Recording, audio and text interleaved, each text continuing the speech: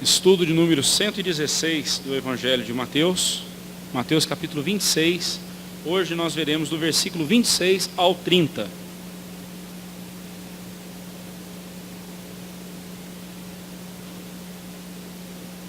Embora tenhamos anunciado para os irmãos no boletim que iríamos até o versículo 35, mas nós vamos ficar até o verso 30 hoje.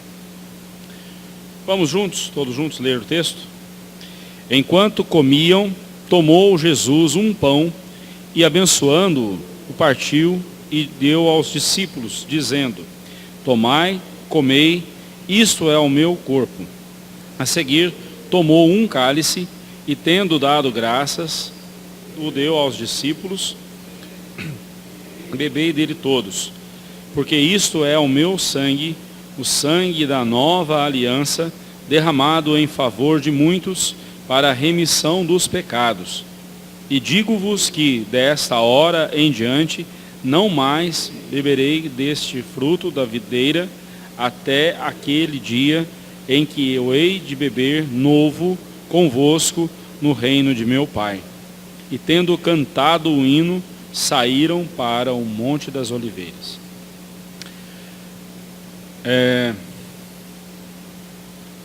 No presente trecho do Evangelho de Mateus, que nós temos diante de nós encontramos a transição da Páscoa para a ceia do Senhor. Ambas apontam para Cristo. A Páscoa dos judeus apontavam, especialmente o Cordeiro Pascal, ele apontava para Jesus, para o Messias, para o Cordeiro de Deus que viria tirar o pecado do mundo. E quando Cristo institui a ceia hoje ela aponta para Cristo, que já veio.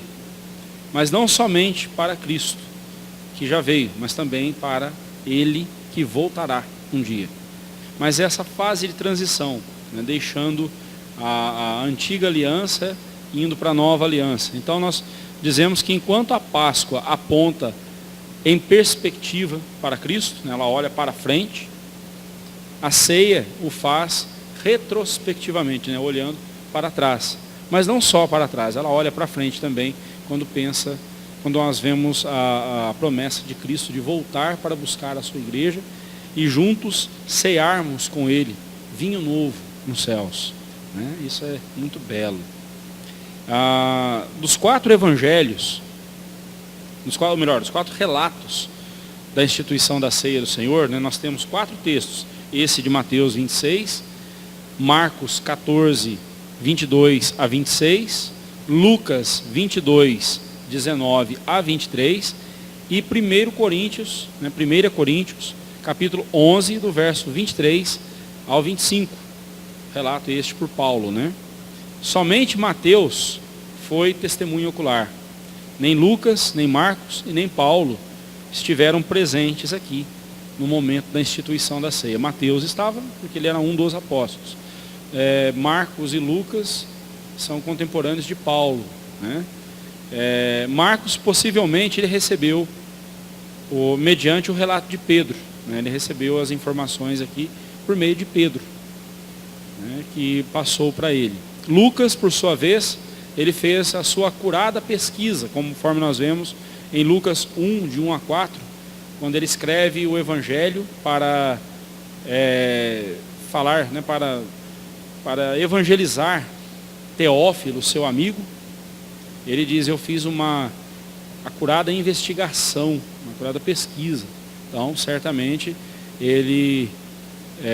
aqui ele também fez uma pesquisa com as testemunhas ou possivelmente algum apóstolo, não sabemos, mas ele fez uma acurada pesquisa sobre a vida de Jesus, incluindo a ceia.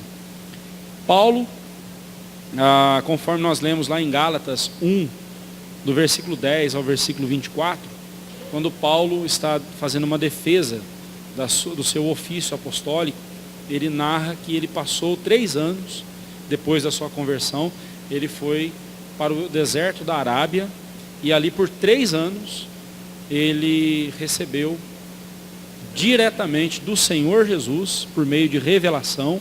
O Senhor Jesus apareceu para ele e revelou todo o Evangelho, todo o ensino que Paulo nos traz em suas cartas, Deus, o Senhor Jesus, revelara para ele.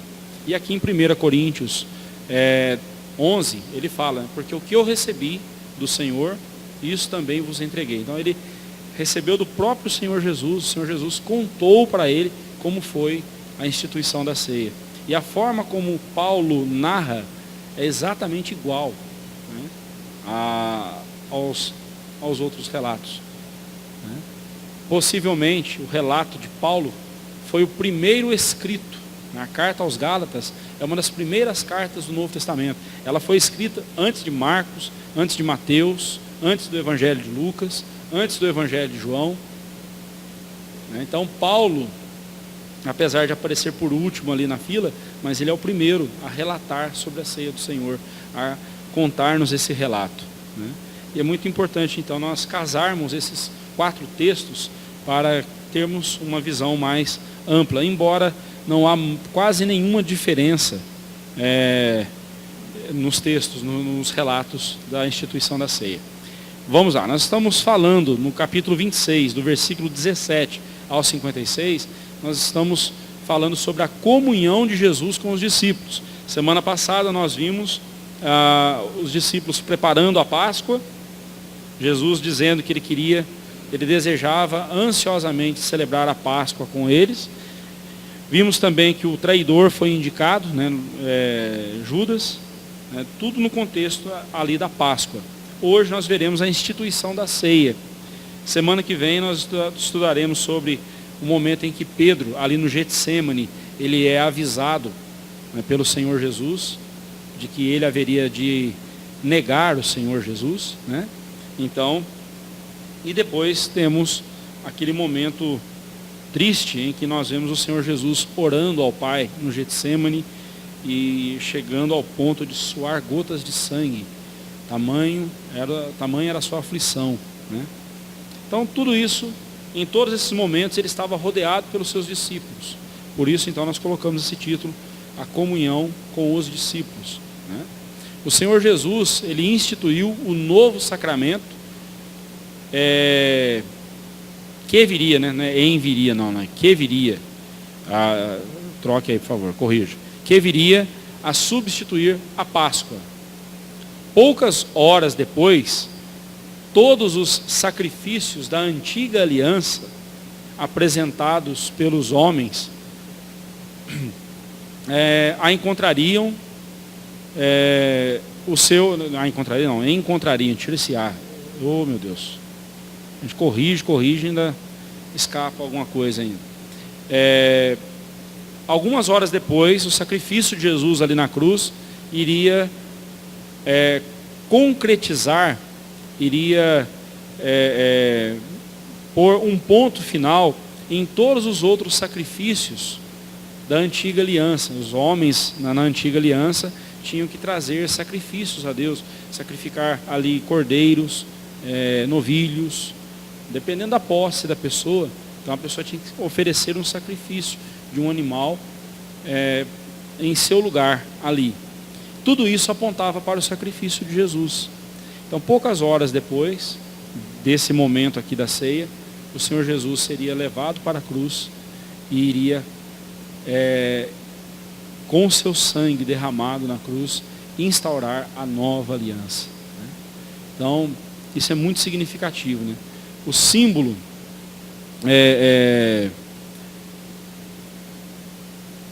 símbolos cruentos, o pão e o vinho, falta um S ali no símbolo, símbolos cruentos, pão e vinho, substituiriam os símbolos, símbolos incruentos, pão e vinho. Você não vê nada de cruel ali, nenhum ser morreu para que o pão fosse feito e o vinho fosse feito. Substituiriam de vez os símbolos cruentos, animais que eram sacrificados, sem contudo esconder ou disfarçar o sacrifício cruento de Cristo na cruz. Toda vez que nós pegamos o pão e bebemos o cálice, nós lembramos da morte do Senhor Jesus. O sacrifício cruento que Cristo suportou em nosso lugar na cruz do Calvário.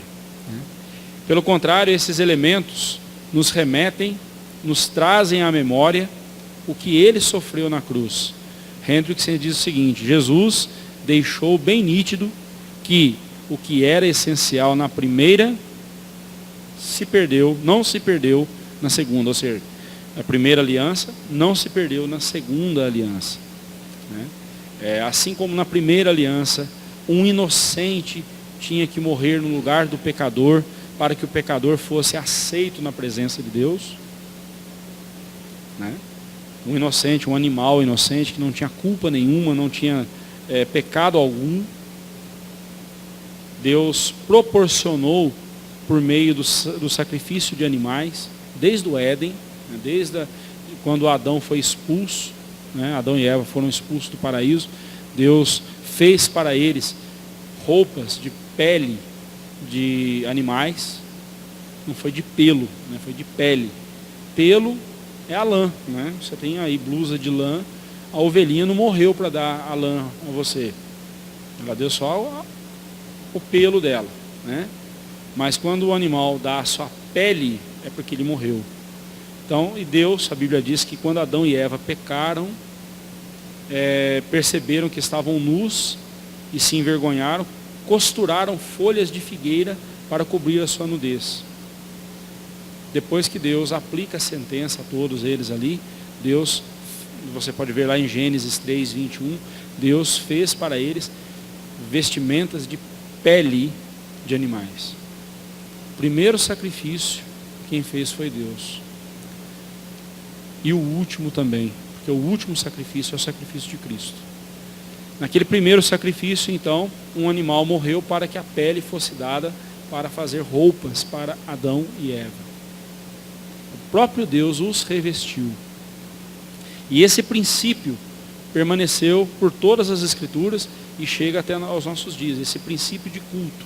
E que princípio de culto é este? O inocente substituindo o pecador para que o pecador possa se aproximar de Deus e adorá-lo. Em todo o Antigo Testamento você vai ver Deus colocando essa norma. Você vê lá no sistema de culto, nos dias de Moisés, animais eram sacrificados para que o pecado do ofertante fosse cancelado.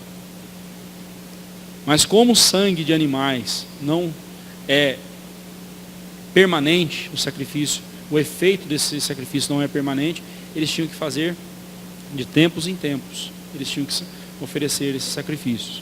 Mas tudo isso apontava para Jesus Cristo, o Cordeiro de Deus que viria tirar o pecado do mundo. E como nós lemos lá em Hebreus, o sacrifício de Jesus foi de uma vez por todas. Não se repete mais. Não se repete mais.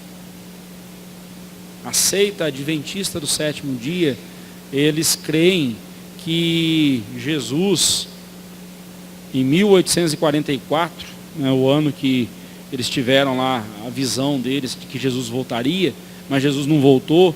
Aí a Ellen White, para poder remendar a situação, disse que aconteceu algo muito importante naquele dia. Não foi a volta de Jesus, mas Jesus fez algo muito importante naquele dia.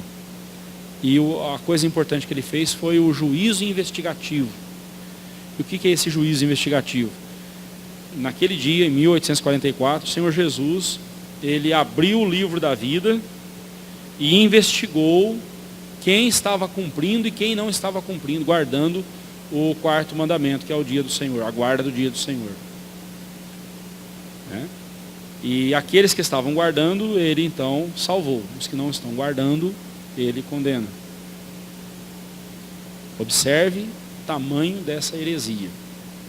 Primeiro, porque coloca o delírio de Ellen White como uma visão no mesmo pé de igualdade que as Escrituras. Mas a besteira ainda vai mais longe.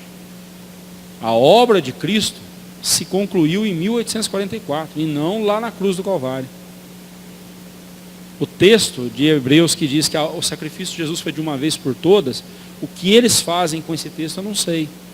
Se eles leem, se eles pensam sobre esse texto, ou simplesmente ignoram.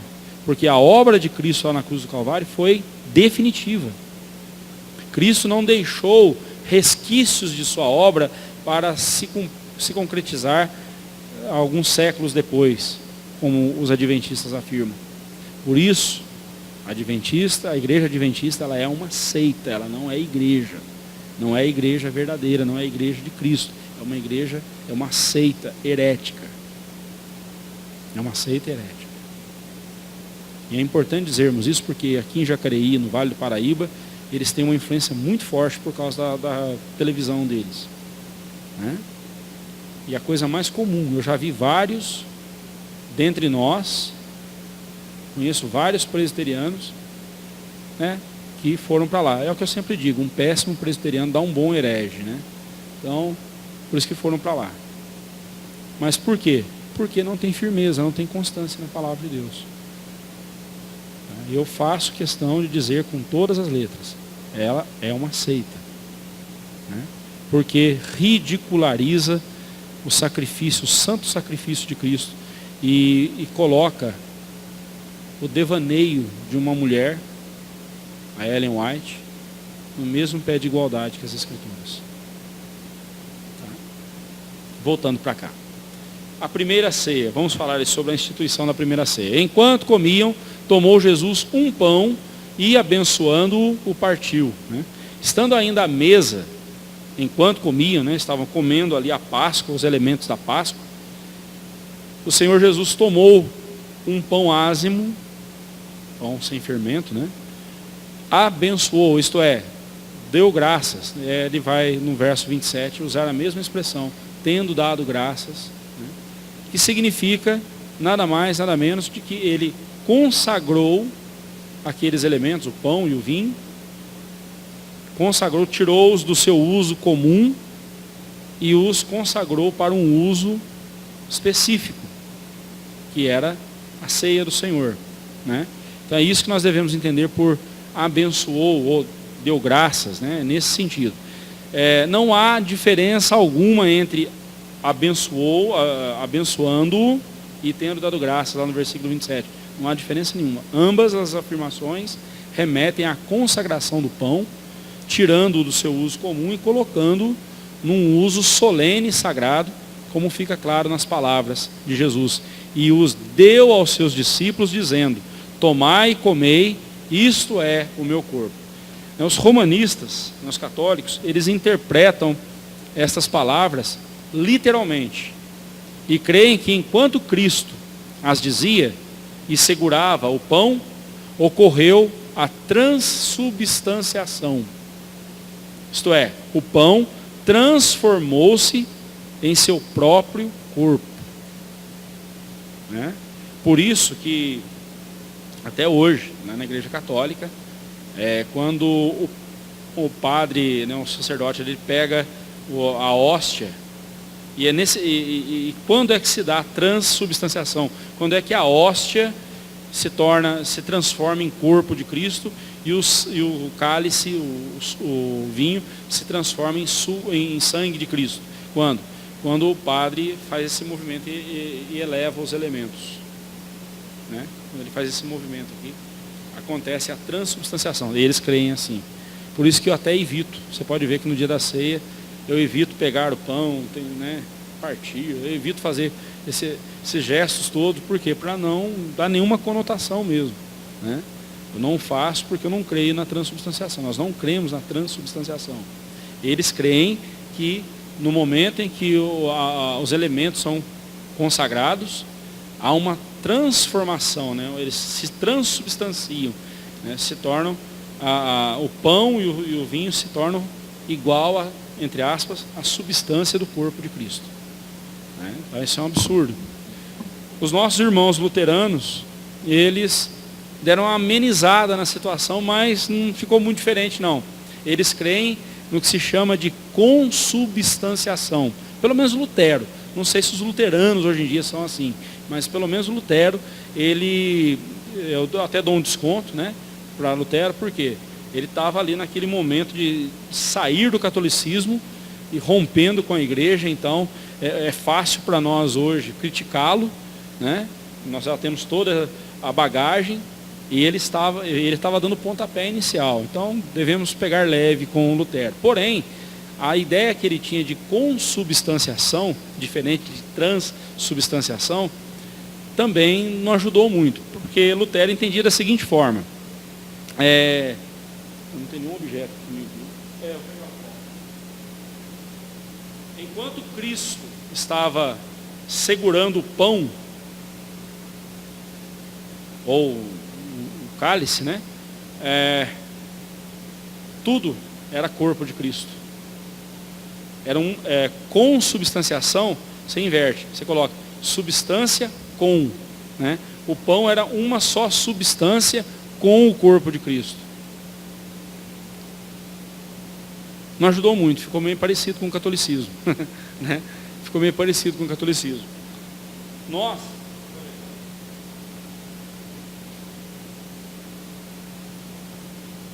A maioria dos evangélicos tomam a interpretação aqui como um memorial. Os nossos irmãos batistas, por exemplo, eles creem que a ceia do Senhor é um memorial. Não estão errados, porque Cristo falou, né, em memória de mim. Fazer isso em memória de mim. Mas só que quando nós fazemos isso em memória de Cristo, e os nossos irmãos batistas concordam conosco nisso também, eles não vão dizer o contrário, porque seria errado, mas eles concordam conosco. Quando nós estamos celebrando a ceia do Senhor, nós podemos dizer que Cristo está realmente presente espiritualmente nos elementos, não no pão e no cálice, não, mas no momento, na cerimônia. Assim como nós podemos dizer que Cristo está conosco agora. Nós cremos na presença espiritual real de Cristo. Ele está realmente aqui conosco. Nós cremos nisso. Ele é Deus. Ele é onipresente. E Ele está aqui conosco. Não temos dúvida disso. Então, quando nós estamos ceando, ao mesmo tempo em que o pão e o cálice são como alimentos para o nosso corpo, embora dificilmente nós mataríamos a fome com um pedacinho de pão e um copinho de suco de uva tão pequenininho, né? Mas são alimentos para o nosso corpo. Da mesma forma, a presença espiritual de Cristo é alimento para a nossa fé. Toda vez que você estiver ceando, é isso que você tem que lembrar. Assim como esse pão e esse cálice são reais, a presença real de Cristo aqui na minha vida alimenta a minha fé, alimenta a minha esperança e a minha confiança em Deus. É desse jeito que nós celebramos a ceia. É assim que devemos celebrar a ceia. Enquanto nós fazemos isso em memória de Cristo, lembrando do que Ele fez lá na cruz do Calvário, lembrando as promessas que Ele fez de voltar para nos buscar, nós sabemos que Ele está conosco aqui presente. Eu, por exemplo, eu posso fazer algo em memória de meu pai falecido. Mas meu pai não está vendo. Meu pai não está vendo. Eu estarei lembrando, mas ele nem sequer verá. Quando nós fazemos isso em memória de Cristo, não somente nós lembramos, como Ele está presente, vendo, ouvindo e nos abençoando. Celebre a ceia do Senhor nessa perspectiva. Eu garanto para você que você vai fazer todo o possível para nunca perder uma ceia do Senhor. Para nunca perder um dia que tiver ceia na igreja. Porque é maravilhoso participar da ceia nessa perspectiva, né? Então, só fechando essa questão, nós não devemos entender as palavras de Jesus aqui, isto é o meu corpo, isto é o meu sangue, de outra forma a não ser um simbolismo. Não literal, nós não podemos entender isso aqui literalmente. Em outras passagens, Cristo, ele usou outras figuras para falar de si mesmo. Ele disse que ele é a porta, que ele é a videira, ele é a água da vida, ele é a rocha, a fonte, ele é o cordeiro, ele é o pão vivo que desceu do céu. São figuras de linguagem. Então, quando Cristo toma o pão e o cálice, é justamente para nos mostrar um símbolo. E um símbolo tão simples e ao mesmo tempo tão profundo. A ceia do Senhor, ela tem de ser um momento de extrema simplicidade, porque é na simplicidade da ceia que nós vemos a profundidade do Evangelho.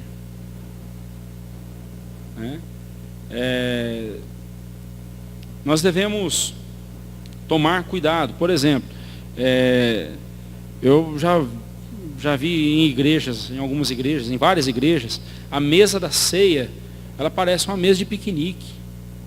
É tanto enfeite na mesa, que perde o foco. É cacho de uva caindo, é um pão enorme, é uma taça enorme, tudo aquilo, ramos de trigo, né? É bonito. Mas a beleza da ceia do Senhor não está na aparência, muito pelo contrário, a beleza está no significado. E quanto mais simples os pais puritanos, né, os reformadores, os puritanos do século XVI, século XVI, XVII, eles primavam por um culto simples. E também primavam para que a mesa do Senhor fosse também uma mesa simples nos seus elementos. Para que as pessoas, ao olharem para a simplicidade de tudo isso, pudessem ver a grandiosidade de Cristo. E aí você fala assim, pastor, mas não é quanto mais bonito for, chama mais atenção? Sim, mas quanto mais simples, mais a gente consegue captar a essência da mensagem. A simplicidade, né? Vamos em frente. O profeta Isaías, né, interessante que devemos entender a figura do pão aplicada a Jesus no contexto da ceia como um símbolo que nos remete para o seu sacrifício, lembrando-nos que a salvação que nos veio de graça para nós custou a sua vida lá na cruz.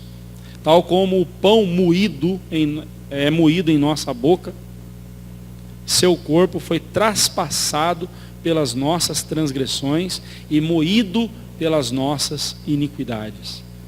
Quem disse isso foi Isaías, uns 700 anos antes de Jesus vir ao mundo. Ele profetizando sobre o sofrimento de Jesus. Isaías disse que o corpo dele seria traspassado pelas nossas transgressões. Ele seria moído na cruz, né, pelas nossas iniquidades.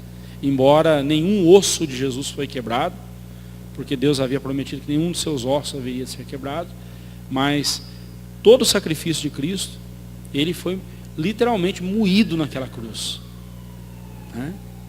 E foi traspassado pelas nossas transgressões. As maiores feridas feitas em Jesus não foram feitas pelas lanças dos soldados ou pelos açoites dos seus algozes, mas foi pelas nossas transgressões. As nossas transgressões fizeram as maiores feridas em Jesus. Os que veem a ceia do Senhor como um memorial estão certos, porém, os nossos irmãos batistas, porém, há algo mais que um memorial, como eu expliquei para vocês. A presença real de Cristo, a presença espiritual e real de Cristo, ela enche o nosso coração. Eis porque nós, reformados, consideramos a ceia um dos meios de graça, os quais são instrumentos de Deus para a nossa santificação. Os meios de graça que nós temos, os sacramentos, né, a ceia, o batismo, a leitura e a exposição das Escrituras, o culto a Deus, a oração, esses são alguns dos meios de graça que Deus nos dá. E o que é um meio de graça? Meio de graça é um instrumento que Deus usa para nos santificar. Não é meio para a salvação. A Igreja Católica Romana, ela entende os sacramentos como meios de salvação. Nós entendemos como meios de santificação.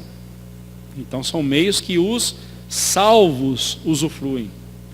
Eis porque nós não ministramos a ceia para quem não é crente. Né? Ah, pastor, mas aí a pessoa vai se sentir discriminada. Não, ela tem que se sentir incomodada mesmo.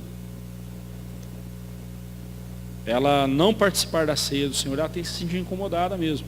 Aquilo não é para ela. Se ela não é convertida a Cristo Jesus, se ela não é salva em Cristo Jesus, a ceia não é para ela. Pelo menos até então. Havendo conversão, havendo a pública profissão de fé, essa pessoa então, a ceia é para ela também. Por isso que você vê, toda vez que tem ceia na nossa igreja, eu falo categoricamente. Se você não é membro de uma igreja verdadeiramente evangélica, não participe deste momento. Ele não é para você.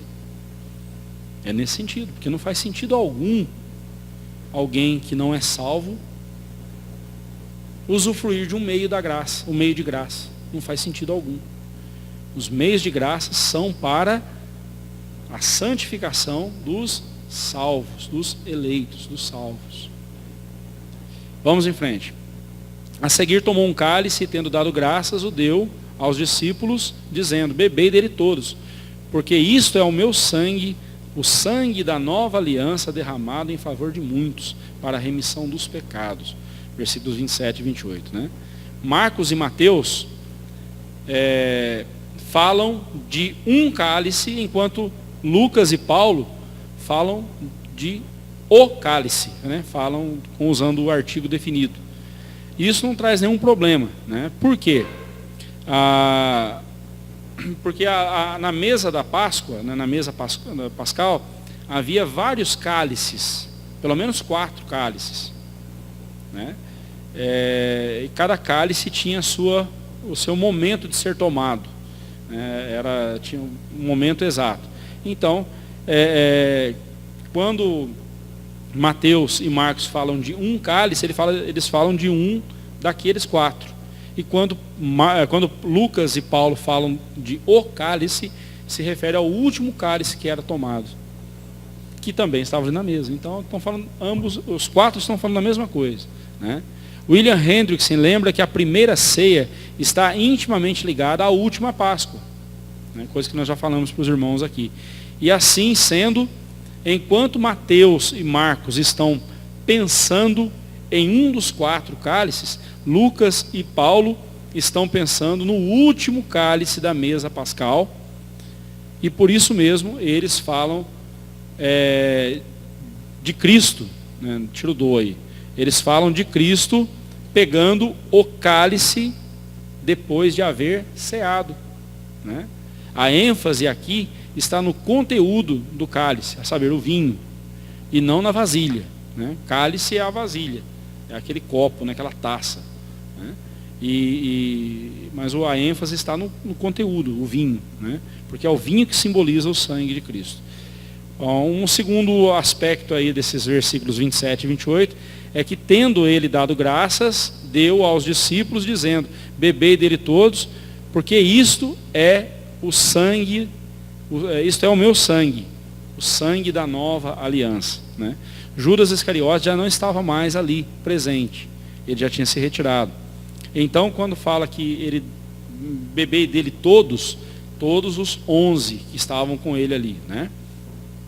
Da mesma forma que antes ele abençoara o pão, agora ele deu graças, isto é, consagrou também o vinho como símbolo do seu sangue, que haveria de ser derramado em favor de muitos para a remissão de pecados.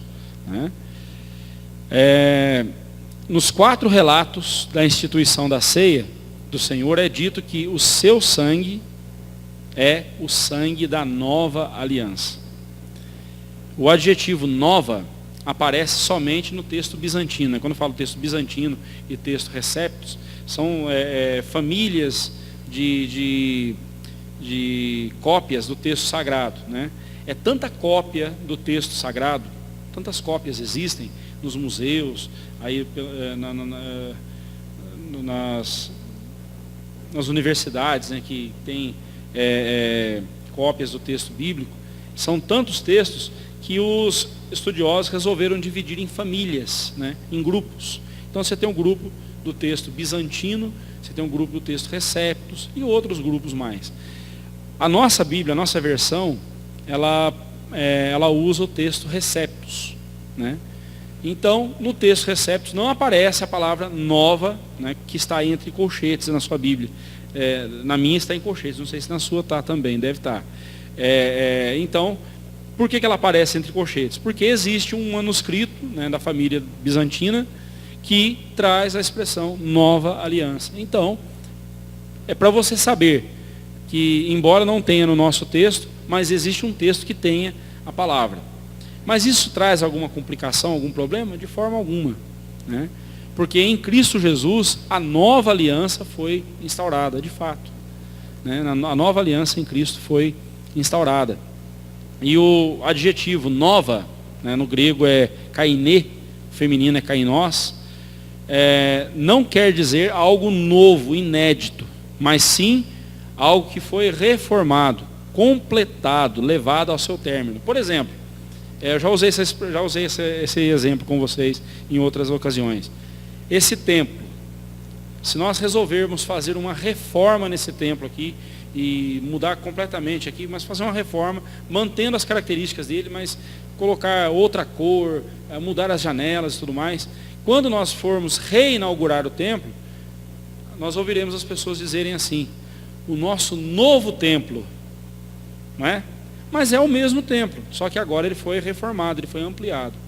A nova aliança, quando a Bíblia fala da nova aliança, é nesse sentido. Não foi uma aliança nova, inventada, não. É a mesma aliança do Antigo Testamento, que agora em Cristo Jesus, ela foi completada, ela foi aperfeiçoada, né? Chegou ao seu apogeu, ao seu ápice, né, na pessoa de Jesus. É a mesma aliança. Por isso que nós somos aliancistas, nós presbiterianos, nós somos aliancistas. Porque para nós, as alianças do Antigo Testamento nada mais são do que aspectos da nova aliança no Novo Testamento. São apenas aspectos, ou são momentos em que foram acrescentados novos elementos apontando para a nova aliança. Por essa razão que nós batizamos os nossos bebês. Por quê? Porque na antiga aliança, lá no Antigo Testamento, os bebezinhos com 8 dias de vida, eles tinham que ser circuncidados. Eles recebiam a circuncisão, que era o sinal da aliança de Deus com eles, com os bebezinhos também, né? No Novo Testamento, a circuncisão foi substituída pelo batismo. E aí, então, nós batizamos. Ah, pastor, mas lá em Marcos 16 fala que aquele que crer e for batizado será salvo, né? Como um bebezinho não crê. Então eu vou seguir a sua lógica e vou dizer o seguinte: um bebezinho não crê, correto? O texto lá diz: aquele que crer e for batizado será salvo. Todavia, quem não crer já está condenado. Não fala nada de quem não crer e não for batizado, só fala quem não crer. Então, se o bebezinho não crer, então eu sou obrigado a crer que todo bebezinho que morre vai para o inferno, correto? É isso que a Bíblia diz? Não, a Bíblia não diz isso. A Bíblia não diz isso. Um bebezinho, filho da aliança, filho de filhos da aliança, se ele morrer na infância, ali, sem conhecimento algum, se ele morrer, ele está salvo, não porque ele não tem conhecimento, não porque ele não tem discernimento. Ele é salvo porque ele nasceu dentro da aliança. e foi servido a Deus retirá-lo naquele momento. Agora, se ele crescer, né? Se ele seguir a sua vida, ele crescer, aí será exigido dele discernimento. E vai chegar o momento que ele por si só, ele vai ter que dizer: eu vou continuar na aliança que os meus pais me criaram. Eu continuarei nessa aliança. Aí nesse momento que ele faz a sua pública profissão de fé. Certo? Gilmar?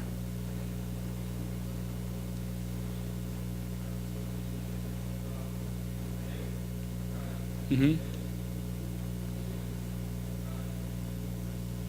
Sim. É isso mesmo. O Cainê ou Cainós, né? É o masculino e feminino. Significa isso mesmo. É o mesmo que já existia e que foi melhorado, que foi completado, né? Que foi aperfeiçoado. E o Neo é algo inédito, né? Uhum.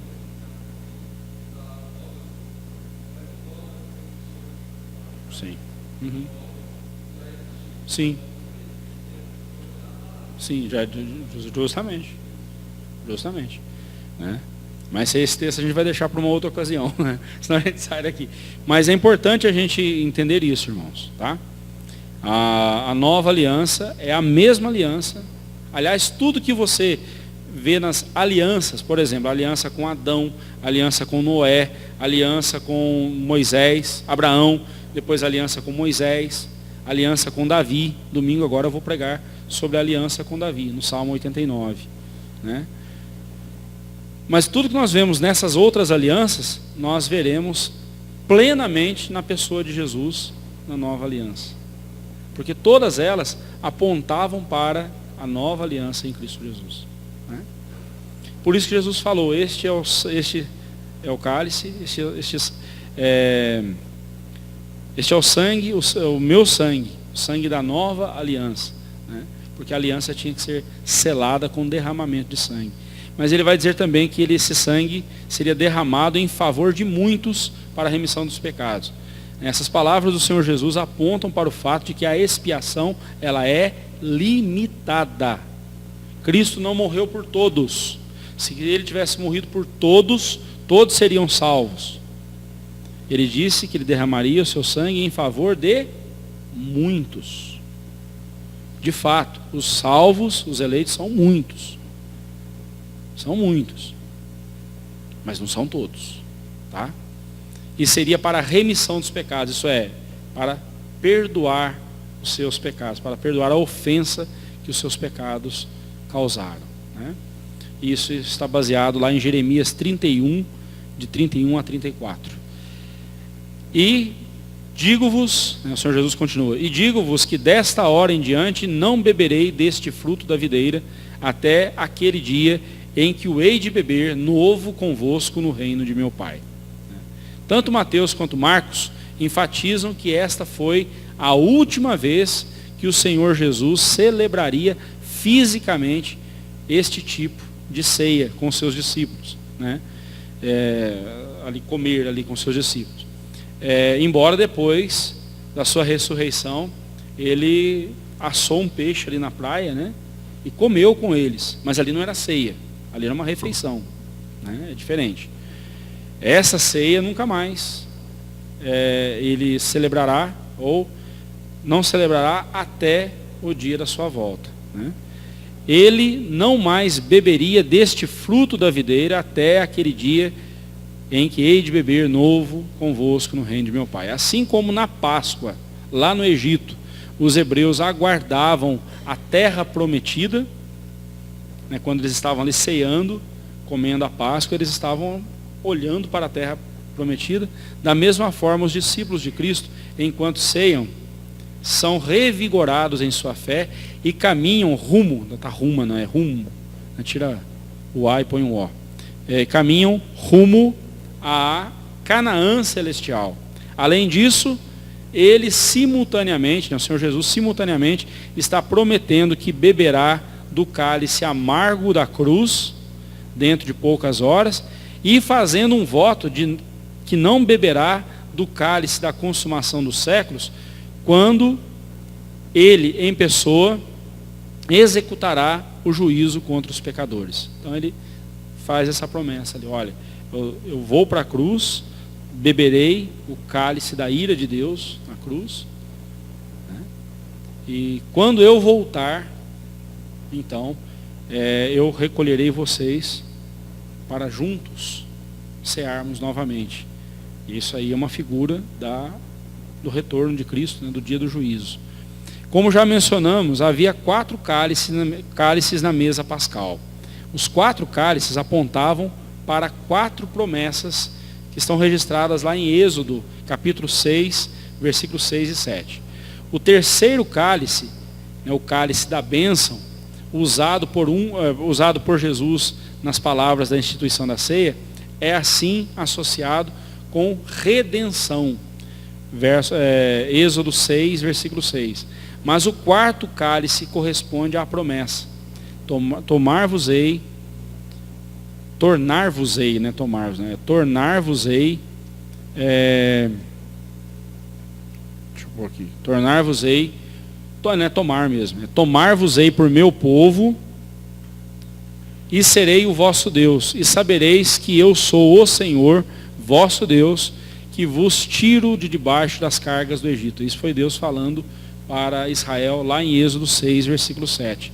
E Cristo, então, da mesma forma que Deus prometeu aos hebreus tirá-los do Egito e de debaixo das cargas do Egito, né, do sofrimento, da escravidão, da mesma forma Jesus prometeu que nos tiraria desse mundo e nos levaria para si, para a glória eterna, né? E tendo cantado um hino, saíram para o Monte das Oliveiras, né? Versículo 30. Literalmente, depois de haver salmodiado, né? E tendo cantado, né? A tradução literal seria e havendo salmodiado, cantado um salmo, né? E de fato na Páscoa eram cantados os salmos 115 a 118, né?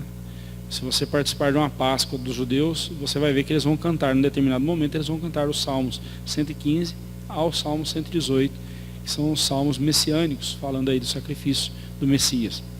Não só constituíam uma conclusão adequada às bênçãos desfrutadas, mas também um preparativo muitíssimo apropriado para os duros sofrimentos que iriam começar, né, logo a seguir ali.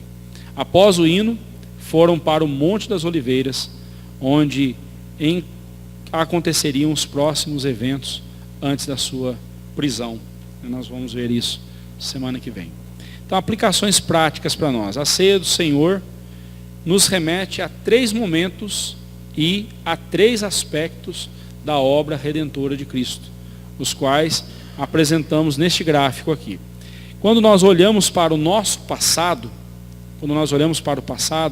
nós vemos Cristo na cruz, morrendo por nós. Lá na cruz do Calvário, lá no passado, na cruz do Calvário, aconteceu a justificação, ou seja, Cristo tomou sobre si a nossa condenação e colocou sobre nós a justiça dele. E porque nós estamos revestidos com a justiça de Cristo, nós podemos então nos aproximar de Deus. Lembra que eu citei Adão e Eva e a roupa que Deus fez para eles? A roupa que nos veste hoje diante de Deus é a justiça de Cristo. Quando Cristo olha para nós, Ele não vê a nossa justiça, porque quando Deus olha para nós, se Ele visse a nossa justiça, Ele iria nos fulminar, porque a Bíblia diz que as nossas justiças são trapos da imundícia. Trapo da imundícia era aquelas ataduras, aquelas gases que o leproso usava para cobrir-se, para não pegar sujeira nas suas feridas. Depois que ele tirava aquelas ataduras, saía pedaço de pele, pus, sangue, tudo junto ali. Só servia para jogar fora. As nossas justiças, diz o profeta Isaías, são trapos da imundícia.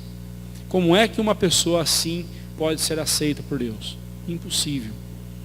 A menos que Deus o revista com a sua própria justiça. E foi isso que Jesus fez. Ele nos justificou, nos revestiu com a sua justiça. Então, quando Deus olha para nós, Ele vê a justiça de Jesus. Ele vê o sangue de Jesus sobre nós. E assim como lá na Páscoa, lá do Êxodo, o anjo da morte, quando passava e via o sangue nos umbrais das portas, e sabia que ali tinha um filho de Deus, uma família de Deus, passava direto, da mesma forma, o sangue de Jesus sobre nós, a justiça de Jesus sobre nós, faz com que a ira de Deus se retire de nós. Maravilhoso, né, irmãos? Mas no presente, hoje, quando nós estamos ali celebrando a ceia, nós lembramos que a obra de Cristo, lá na cruz do Calvário, também tem efeitos aqui, hoje. E então, o que acontece é a santificação. A justificação é a libertação da culpa do pecado. Nós não somos mais condenados, porque sobre nós está a justiça de Cristo. A santificação é a libertação do poder do pecado. Nós não precisamos mais servir ao pecado como escravos. Nós não somos mais escravos do pecado. Nós somos agora escravos de Jesus. O pecado não tem mais domínio sobre nós, a menos que nós ofereçamos os membros do nosso corpo, ofereçamos a nós mesmos para o pecado. Aí o pecado volta a nos escravizar. Por isso que Paulo fala lá em Romanos 6, 7, 8, né? É um trecho muito importante das Escrituras, Romanos 6, 7 e 8. Muito importante esse trecho das Escrituras, porque eles nos mostram justamente isso. Cristo nos libertou da escravidão do pecado. Por que então nós voltaríamos a ser escravos do pecado? Se já estamos libertos do poder do pecado. Né? Quando nós pecamos hoje, nós pecamos porque nós queremos pecar, é deliberadamente. Nós não somos mais escravos do pecado. Nós não somos mais escravos do pecado. Então, quando a gente peca porque a gente quis pecar. Isso é mais grave ainda. Isso é mais grave ainda. Porque a gente quis. A gente deliberadamente resolveu desobedecer a Deus. Isso é muito sério, muito triste. Mas se arrependidos, pedirmos o perdão de Deus e fizermos uso dos meios de graça que Deus nos dá, lembra lá dos 4 que eu falei? Oração, leitura e estudo da palavra, comunhão com os irmãos, o culto a Deus e, lembra do outro? Os sacramentos, a ceia do Senhor. Quando nós fazemos uso desses meios, nós somos fortalecidos, abençoados. Não é nada de místico, não, irmãos. Se eu estudo a Bíblia, se eu procuro praticar o que a palavra de Deus diz, eu vou vencer o pecado. Se eu zelo, eu prezo por congregar com os irmãos para adorar a Deus, eu sou fortalecido espiritualmente. Você pode ver crente que não preza pela comunhão com os irmãos, é crente que vive se arrastando na fé. E eu vou um pouco mais além, né? Quando as pessoas falam assim, fulano está deixando de vir à igreja, ele está se afastando de Deus. Pelo contrário, ele já se afastou de Deus há muito tempo. Ele já se afastou de Deus há muito tempo. Porque nós somos miseravelmente hipócritas. Aquilo que é escondido é mais fácil da gente camuflar, né? Por exemplo, no relacionamento com Deus, você sabe quanto tempo eu orei hoje? Você sabe quanto tempo eu li a Bíblia hoje? Ninguém sabe. Só eu e Deus. Se eu não fiz, ninguém vai ficar sabendo. Mas eu já estou me afastando de Deus.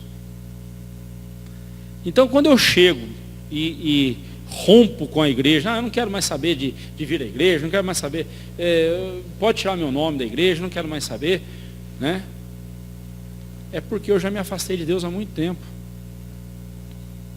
E agora eu estou simplesmente dando o último passo, não é o último tiro de misericórdia, não, é o último passo rumo à desgraça.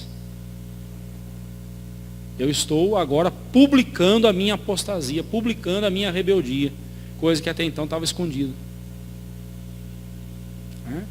Moisés?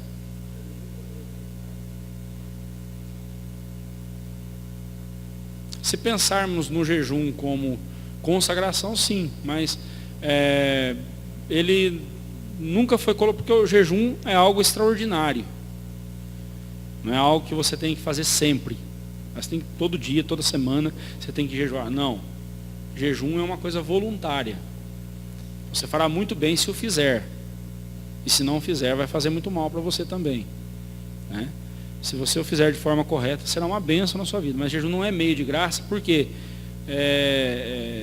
ele é extraordinário. Ele sempre tem um caráter extraordinário. Nas Escrituras a gente vai ver que toda vez que eles jejuaram foi extraordinariamente. Quando você incorpora a prática do jejum como algo que você tem que fazer sempre, você perde o sentido. Né? É diferente da ceia do Senhor. Né? Bem diferente. Mas olhando para o futuro, né? Olhando para o passado, eu vejo que Cristo me libertou da culpa do pecado. Isso é justificação. Olhando para o presente, eu vejo que Cristo me libertou do poder do pecado. Isso é santificação. Olhando para o futuro, eu tenho a certeza de que lá no céu, eu estarei livre da presença do pecado. Isso é glorificação. Né? Isso é glorificação. Nunca inverta a ordem. Não queira trazer a glorificação para cá. Tem muito crente que acha que depois que ele converteu-se a Cristo Jesus, ele está livre da presença do pecado. Não. Tá não. O pecado estará presente em nossa vida até o último dia de vida. Até o nosso último fôlego. Ele estará nos rodeando. Nós não somos mais escravos dele, porque agora nós somos escravos de Cristo. Mas nós não estaremos livres da presença do pecado, a não ser na glória. Na glória eterna, sim. Estaremos livres da presença do pecado. Isso é a glorificação. Para nossa reflexão aí, não celebramos mais a Páscoa porque ela já cumpriu o seu papel. Os que insistem em celebrar a Páscoa também deveriam praticar a circuncisão. Pastor, mas nós celebramos a Páscoa para lembrar o sacrifício de Jesus. E a ceia? O que você faz com a ceia? A ceia não é para isso? Eu vejo muitos crentes zelosos pela Páscoa, né? Na época de Páscoa, faz cerimônia, faz uma coisa, faz outra, faz culto da ressurreição, aquela coisa toda tal. Mas no restante do ano,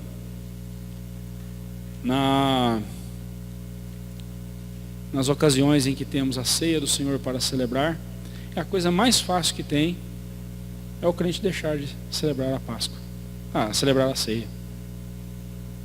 Né? A não ser por uma questão de enfermidade, né?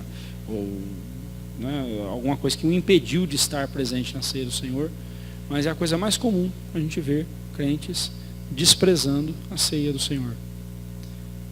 Mas curiosamente, na tal Semana Santa, que é um calendário católico, não tem nada a ver com a gente, esses crentes se tornam os mais fervorosos cristãos, celebrando a Páscoa, lembrando do sacrifício de Jesus. Ora, Jesus disse que é para nós celebrarmos a ceia. Nós não temos nenhuma ordem de Cristo para celebrar a Páscoa. Nós temos que celebrar a ceia, não a Páscoa. Basta você olhar no Novo Testamento. Você não vê, momento algum, os apóstolos celebrando a Páscoa. Você não vê nenhum convertido a Cristo Jesus celebrando Páscoa. Você os vê celebrando a ceia do Senhor. Pastor, mas é pecado a gente celebrar a Páscoa? Se você estiver trocando a ceia pela Páscoa, sim. Você estudar sobre a Páscoa, saber o significado dela, como nós fizemos aqui hoje, tudo bem. Mas eu não tenho que celebrar a Páscoa. Agora, se eu insistir em celebrar a Páscoa, então, em vez de batizar os nossos meninos, nós vamos circuncidá-los daqui para frente. Ah, pastor, mas você está sendo radical, você está sendo exagerado. Mas é conclusão lógica. Alguma pergunta, irmãos? Não? Então vamos encerrar, então.